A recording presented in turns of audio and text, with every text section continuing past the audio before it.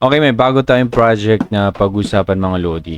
Layer Edge, testnet. Makita nyo dito itong testnet. Testnet rollout structure nila. So phase 1, kasi simula nung kahapon, mag-e-end sa 28. Okay, so stress testing with browser-based light node and limited access. So mag-join na kayo. Tapos ang phase 2, public beta na mag-start yan sa January 28. After ng close testnet mga Lodi. So ito yung tokenomics nila. Ang symbol is Edge. So total supply is 1 billion Edge mga Lodi. So makita mo dito yung community, ang community allocation 34% kung gusto niyo basahin mga Lodi, okay? Pumunta ka sa dashboard, kasi sign up ko pa lang, kaya makita nyo daily reward pag matapos to bago mo makukuha yung 500 points mga Lodi. Okay, so close pa yung task. So mga Lodi, regarding dito sa submit proof, magsisend ka lang. Pero pag hindi nag-go through katulad sa akin, okay lang. Kasi nga, ang sabi dun sa Discord, inaayos pa to. Sinaayos pala nila. So, ang importante ngayon, makapag-sign up tayo. Ngayon, pag di nyo makuha yung referral code nyo, pag ganyan, tapos hindi nyo pa rin na ilalagay,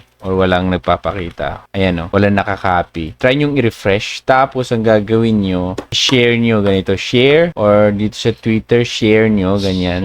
Share nyo lang. Huwag nyong i-copy. Okay? Share nyo and then magpapakita. Ito na siya. Ayan. After nyo nag-sign up, ang ginawa ko, restart ko yung computer. Pag pumunta ka dito sa dashboard, makita mo yung nagra-run na. Running na yung light node dito lang sa browser mga Lodi. Parang maganda itong project nito since marami silang mga backer mga Lodi. Ecosystem partners, dami. Meron din silang DePIN na partners yung QTU network, okay? So, mukhang okay siya mga Lodi at kung gusto niyo mag-join, link nasa baba o yung code. Kung gusto niyo gamitin yung code ko, okay lang. Kung ayaw naman, maghanap na kayo dyan. Okay? So, God bless.